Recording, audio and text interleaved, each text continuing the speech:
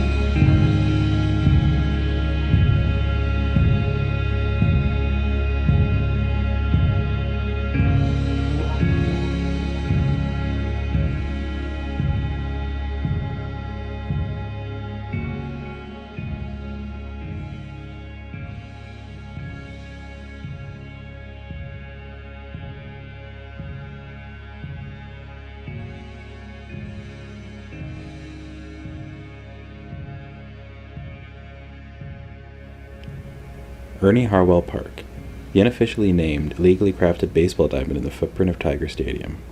All that remains of the structure that sat at the corner of Michigan and Trumbull for almost a century. Baseball has been on the corner since 1895. Brethren and sisters, be seated.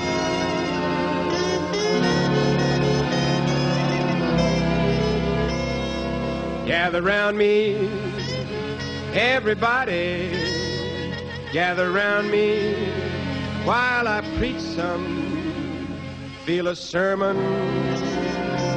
coming on me. The topic will be sin, and that's the story of Detroit is familiar to many.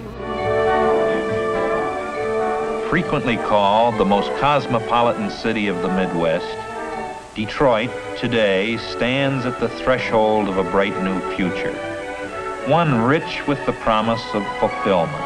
The rise and fall of a great industrial city. Tiger Stadium seems to follow the same path. The stadium grew with the rise of prominence in Detroit, and eventually began to crumble and fall into disrepair with the same speed as the city, until it was eventually replaced with a cookie-cutter stadium known as Comerica Park, in an attempt to revitalize the downtown core in the vein of commercialism that dominates the revitalization movement in Detroit.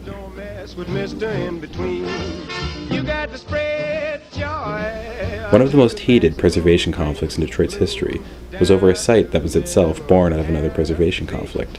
A 5,000-person stadium was built in 1895 after a conflict over tearing out several historic oak and elm trees on the lot at the corner of Michigan and Trumbull.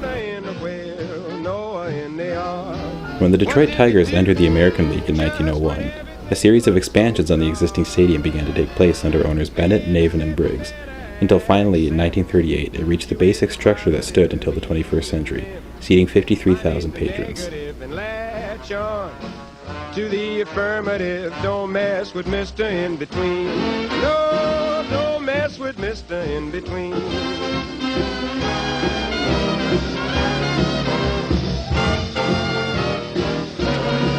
You got accent, you ain't the positive, mine ain't the negative, and latch on. The stadium would become an important staple in Detroit, not only hosting the revered Detroit Tigers, but also the Detroit Lions National Football League franchise. Many concerts, community events, ROTC training in the 20s, UW protests, field days for the police and fire department, was even the site of Jake LaMotta winning the world title in 1949, and Detroit legend Joe Louis defending the world title 10 years earlier.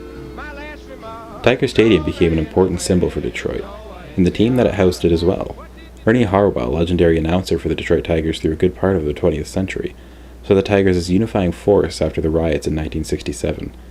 1968, the Tigers set a season-wide attendance record for Tiger Stadium and won the pennant. He says his most vivid memories are of the riots 40 years ago. The National Guard standing on the overpasses with rifles strapped across their shoulders.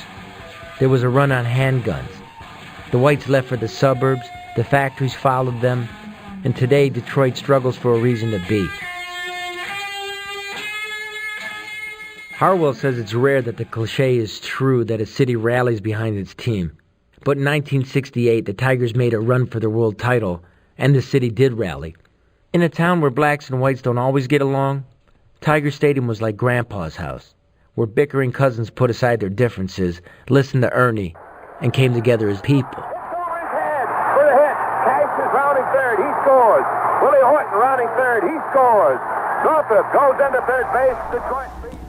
The growth of the stadium, both physically and spiritually, matches the growth of Detroit, both in physical size and in national and economic presence. But same as this, the stadium would also follow a similar path into decline in the second half of the 20th century.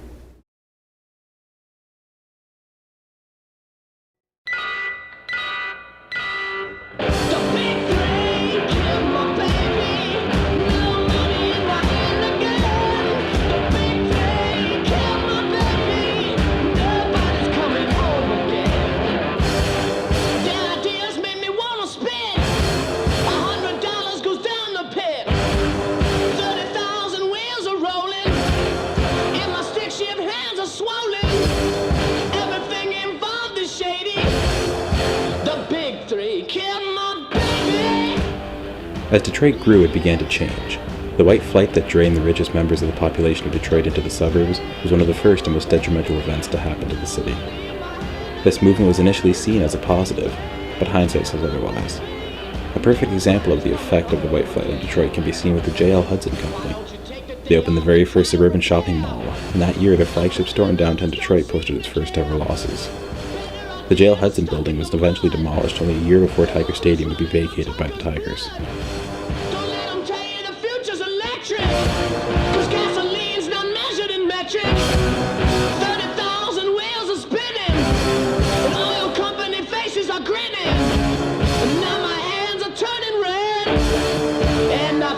My baby is dead.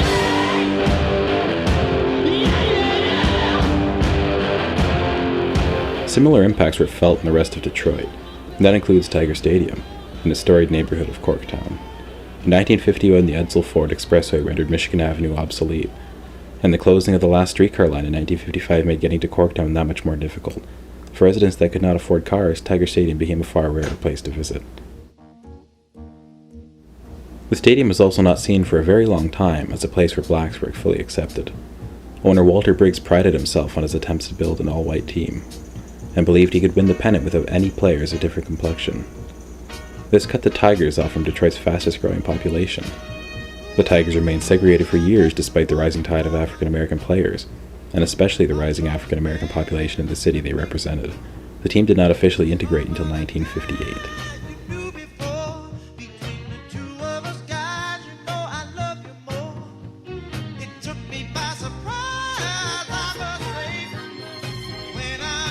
The draw of the suburbs also had other negative impacts on the stadium. As the Lions succeeded and needed their own place to play, a conflict arose between Lions owner William Clay Ford Sr. and Mayor Jerry Cavanaugh over the placement of the new stadium. Ford wanted to stay in Corktown near Tiger Stadium, but Cavanaugh did not want to lose any votes by displacing Corktown residents for a large land development. Cavanaugh eventually offered the ultimatum of the river or nothing. Ford chose neither, and instead took a bid from the town of Pontiac for a publicly funded stadium to be known as the Silverdome. The shape of the stadium had been in question since the 1940s. It became more and more of an issue with repairs and refurbishments becoming necessary and expensive. The decline of the stadium's physical state matched the decline of the city of Detroit. As the industry left and the city weakened, the stadium became older and more fragile. Soon a new stadium became the hot topic in Detroit. Money for repairs was extremely hard to come by, and many people preferred the idea of bringing the Tigers into downtown rather than keeping them on the corner of Michigan and Trumbull. The money was not there. Many blocks and impediments to funding were put up, including an amendment on a state bond issue that was balled from use on ballparks. This is an example of Detroit's reputation hurting it. Seen by many outstate Michiganders As a center of urban blight, crime, and blackness, they had no sympathy for the ailing city and wanted to leave it to its own devices.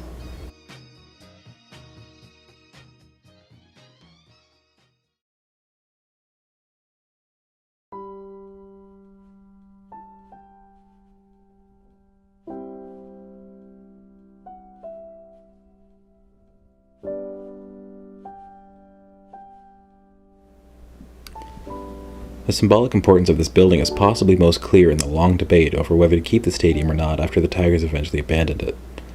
There was a tremendous effort to try and make it the center of Corktown's revitalization efforts by making it a community welcome center, restaurant, and museum. Groups were able to keep the partially demolished stadium standing for some time, but were ultimately unsuccessful in preserving the remains of Tiger Stadium. Groups of volunteers have begun cleaning up the site and keeping it clean, putting in chalk lines and uncovering the diamond itself, illegally preserving the heart of Tiger Stadium and what is now unofficially known as Ernie Harwell Park. Several groups work together to keep the field clean and usable, as a testament to the Tigers and Tiger Stadium. After being challenged by Detroit-born ESPN writer David Fleming, General Motors put in an offer to build the Little League Park out of the Tiger Stadium site free of charge and enlist volunteers to maintain it. This offer was rejected by the city, claiming that it makes no sense for them to turn a 9.5-acre lot already cleared and ready for development in a prime location into a baseball field for kids. This view of the use of land is a common debate over whether we commemorate or commercialize. There is still interest in the site as it exists now. Tourists do visit, Detroiters visit to relive the stadium. The citizens want to keep the park. It remains an important part of Detroit and a part of its spirit. As David Fleming notes, even the New York Yankees in the middle of Manhattan were able to keep 10 acres of the original Yankee Stadium's footprint to use as youth baseball diamonds. Private interests take precedent in this case, over the public's interest in keeping the park and the spirit of Tiger Stadium alive in Detroit. The rise and fall of Tiger Stadium ties closely with the rise and fall of the city of Detroit itself. But the question remains in the minds of some, why to keep an old stadium? And now, why to keep an old ball diamond? Stephanie Meeks, the president of the National Trust for Historic Preservation, explains it very clearly. Sports venues, like few other building types, represent the shared history of a city. They evoke memories that transcend generations and ethnicities, with experiences that are not just personal, but also collective. Without them, the city becomes homogeneous, struggling to find an identity. With a city as downtrodden and divided as Detroit has become, a symbol like Tiger Stadium would have been a great uniting image and a hearkening structure to the golden past of Detroit.